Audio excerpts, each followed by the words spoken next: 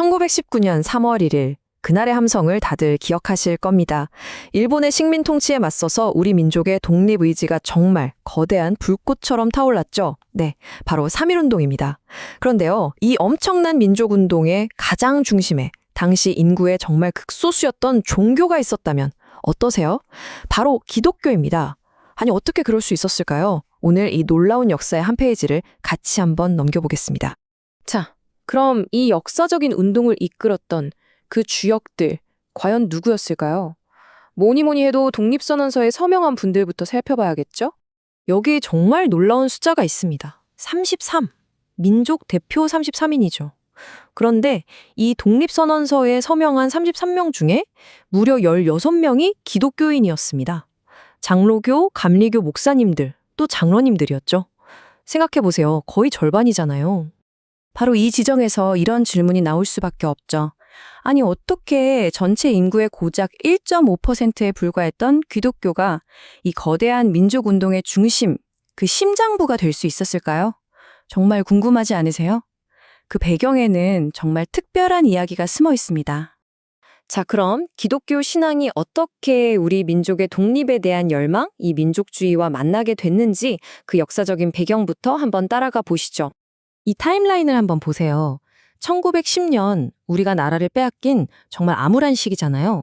근데 참 역설적이게도 바로 이때 교회가 전국적인 조직망을 갖추기 시작합니다. 1912년엔 장로회 총회가 생기고 교파를 넘나드는 신문도 나오고 나중엔 연합협의회까지 만들어져요. 이게 뭘 의미하냐면 일제 감시가 심해지면 심해질수록 교회는 그냥 종교단체가 아니라 전국을 쫙 연결하는 거대한 네트워크가 되고 있었던 거죠. 근데 여기서 진짜 흥미로운 점이 있어요. 당시 교회는요, 그냥 주말에 모여서 예배만 드리는 그런 곳이 아니었습니다. 교육, 계몽, 말 그대로 공동체의 심장이었어요. 특히나 모든 정치적인 길이 막혔다고 생각했던 그 시대의 지식인들 있죠. 그분들에게 교회는 새로운 희망의 거점, 거의 유일한 돌파구였던 겁니다. 신앙의 힘으로 나라의 독립을 이루겠다, 이런 생각을 하게 된 거죠. 자, 그렇게 전국적인 네트워크를 갖춘 교회가 3.1운동을 구체적으로 계획하는 단계에서는 어떻게 움직였을까요? 여기서 교회의 조직력, 그리고 그 신앙적인 원칙이 정말 결정적인 역할을 하게 됩니다. 이분들이 어떤 마음이었는지 남긴 말을 직접 한번 보시죠. 이승훈 선생은 민족 자결은 하늘이 준 혜택이다 라고 했고, 신홍식 목사님은 조선의 독립은 하나님의 뜻이다 라고 굳게 믿었어요. 박희도 목사님은 또 약한 자를 돕는 게 하나님의 뜻이니까 참여한다고 했고요. 이분들한테 독립운동은 그냥 정치적인 구호를 외치는 게 아니었어요. 이건 신앙의 실천, 바로 그 자체였던 겁니다. 물론 그렇다고 해서 모든 의견이 똑같았던 건 아니에요. 여기 자료를 좀 보시면요. 기독교 지도자들 사이에서도 아니다, 우리는 강하게 독립을 선언해야 한다는 쪽이랑 아니, 일단은 청원서를 내는 게 어떻겠냐는 쪽으로 의견이 좀 나뉘기도 했어요. 하지만 이렇게 방법에 대해서는 좀 생각이 달랐어도 딱 하나, 절대로 양보할 수 없는 핵심 원칙에 대해서는 모두가 한마음이었습니다. 그게 바로 비폭력이었습니다. 당시 기독교인들에게 배포됐던 행동 강령을 보면 이게 아주 명확하게 나와요. 첫째, 절대 일본 사람들을 모욕하지 마라. 둘째, 돌을 던지거나 주먹질하는 폭력은 절대 안 된다. 그리고 마지막으로 매일 기도하고 성경을 보면서 신앙으로 싸워라. 이게 바로 기독교의 가르침에 뿌리를 둔 가장 평화로우면서도 어쩌면 가장 강력한 저항의 방식이었던 거죠. 하지만 이렇게 평화롭게 외쳤던 그 목소리에 돌아온 대가는 정말 상상 이상으로 가혹했습니다. 일제는 이 운동을 정말 잔혹하게 짓밟아버렸어요.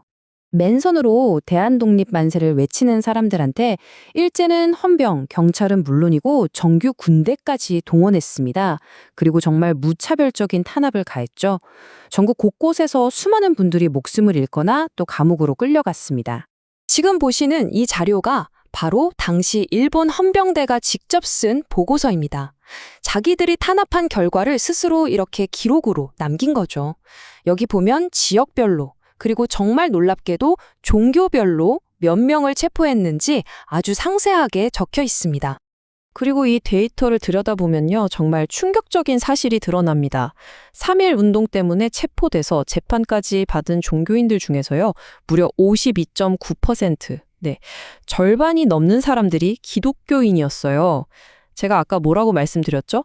당시 기독교 인구는 전체의 1.5%밖에 안 됐다고요. 이 숫자가 당시 기독교 공동체가 짊어져야 했던 그 희생의 무게를 고스란히 보여주는 겁니다. 이 엄청난 희생이 역설적으로 한국 사회에서 기독교의 위상을 완전히 바꿔놓는 계기가 됩니다. 자, 이제 이 모든 일들이 어떤 유산을 남겼는지 그 마지막 이야기를 해보겠습니다. 3.1 운동이라는 이 거대한 파도를 겪고 나서 한국 교회는 크게 두 갈래 길로 나뉘게 돼요.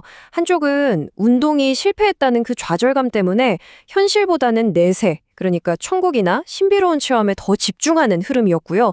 다른 한쪽은 아니다, 우리가 교육이나 사회운동으로 실력을 더 치워서 독립을 이뤄내야 한다는 좀 더 현실 참여적인 흐름이었죠. 이 두 가지 흐름이 이후 한국 기독교의 역사를 이끌어가는 아주 중요한 두 축이 됩니다. 그리고 무엇보다 가장 중요한 변화는 바로 이거였습니다. 3.1 운동 때 기독교인들이 보여준 그 헌신과 희생. 이걸 본 사람들이요, 이전까지 기독교를 그냥 서양에서 들어온 종교, 우리랑 상관없는 종교라고 생각했던 그 인식을 완전히 바꾸게 된 거예요. 기독교가 드디어 우리 민족의 아픔과 함께하는 민족의 종교로 깊숙이 자리매김하게 된 겁니다. 1920년에 한 외국인 선교사가 이 운동을 보고 이런 말을 남겼습니다. 평범한 50년 동안에도 할 수 없었을 일을 단 한 번에 해냈다. 이제 새로운 날이 왔다.